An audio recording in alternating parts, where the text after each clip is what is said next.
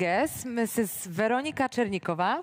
I invite you to the stage. Journalist, CD Brno, Czech Republic. She's gonna share some climate change stories with us as well.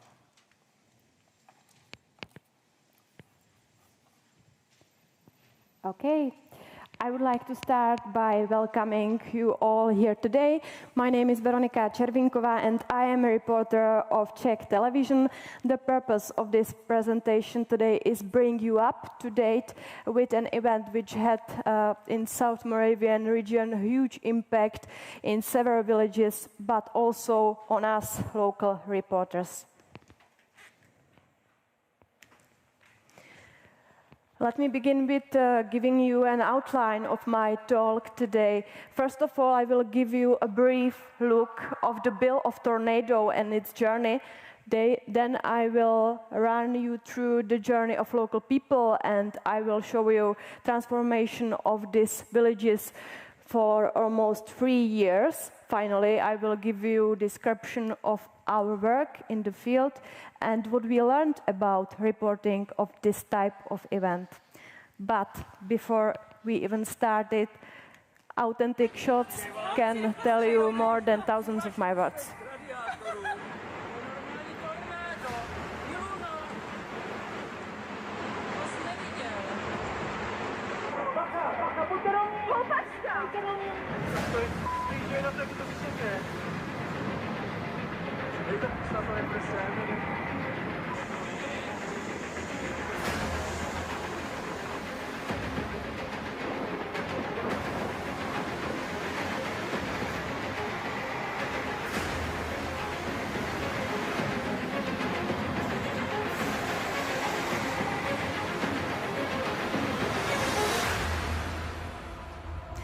Terrifying, right? I remember that day like it was yesterday. It was actually a series of days of massive storms and there was a huge energy in the air. There were some warnings of our meteorologists, but because of storms, not because of tornado, of course, you could see the different sky. It had so much colors, yellow, purple, green. You had this feeling that the sky will fall down, but no rain, no wind, no songs of birds whole day. And then it started. I was trapped in the field and there was so much water around me. And then my editor called and he was like, if I could go to work immediately. And he said, there is a huge tornado in South Moravia. And I was like, you are kidding, that cannot be true. I just didn't believe him. And I cannot believe that that was actually happened, but that was true. And we had to go there and we had to do our job. And we had no plan, no experiences, and we had to go there anyway. The amount of devastation revealed us with first sunbeams. We saw, for example, this, or also this. It was like a site. Trees were cut off in the middle. Debris were stacked in the buildings.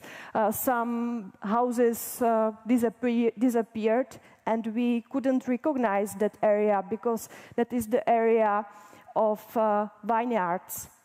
It doesn't look like. This is the bill of tornado. This is what the region lost. Death of 6 people, hundreds injured. 1,000 damaged houses, 200 houses had to be demolished, and the tornado itself, it was number F4. You could see on Fujita scale that this tornado had about 300 kilometers per hour. This is the impacted area from Břeclav to Hodonín. It started in Břeclav in the left, and it was the strongest in red and purple zones, and maybe you could more image it with these visualizations. There is purple color where it was number 4, and also here, number 4. And then it disappeared in woods. Okay, now you know everything about the road of this monster. Let's move to the journey of local citizens and villages. This is one of them, Mikulčice. This is right after the tornado hit. You could see no houses, no roofs, no green. And this is the same area, footage from a drone 2 years after tornado. So big change. It's similar, but from drone, another village. And also here from the car. Even in these days, there are openings of reconstruction. Last time I was shooting about reconstructions of roads and their state after heavy machinery, which helped with removal debris. Now something more personal. This is a picture from Moravská Nová Ves, right in the middle of the village. There was a famous 100-year-old pub of House Sečkářovi. Also this tornado destroyed, and they cannot start with reconstruction because of inheritance proceedings. One of the owners died because of tornado. This is his brother. This is during the reconstruction. Nowadays, it is again the place of meetings, but the family will be never the same. The fear stays.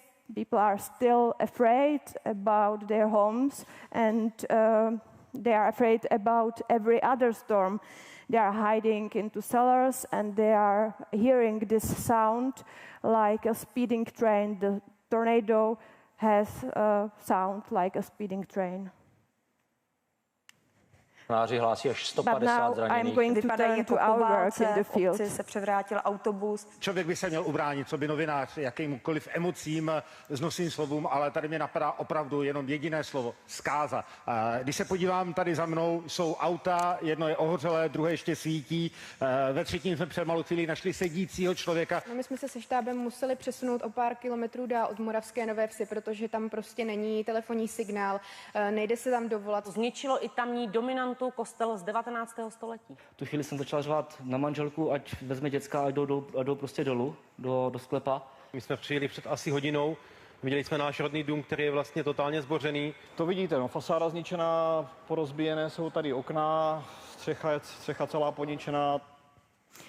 My first colleagues arrived there just 1 hour after tornado, and there were reporters from all regions.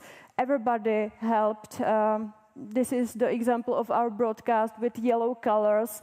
It means there was an extraordinary event, and we were there whole summer, and there was no signal, no electricity, no water, no food, no medical supplies, and very bad traffic conditions.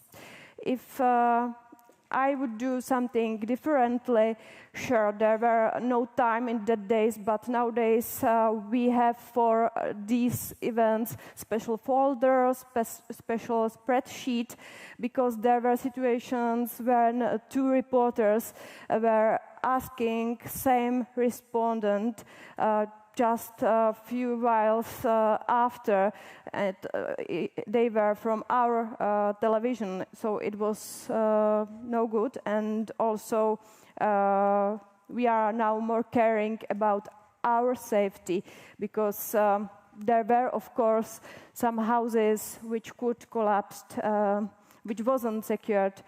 I want to mention our mental health, because we weren't trained for this. Nowadays we have a psychologist which could help us with these events, because these people made from us their willows. So we were strangers for them, and they really wanted to talk with us. And we pushed very hard. We had mayors in broadcast every single day, maybe several times per day. Eventually, one of them resigned. So it is for us now a big question to the future, how to choose respondents during such a disaster, not to harm them, and how often get there and reopen old wounds. Can we prevent this? It was biggest tornado in Czech Republic and also in Europe since 2001. It was caused by extraordinary conditions. It means heavy storms with supercells. But the fact that happened there in that place, in that specific time, it was probably just a coincidence. It is true that this region, and you can see it, is very, very flat with strong winds. I think the biggest change is that we more realize now the danger, and also our meteorologists. In that days, there were only some warnings like storms are coming, but nobody paying attention. Now are always meteorologists saying, watch out, there are storms and there could be some tornado because of it.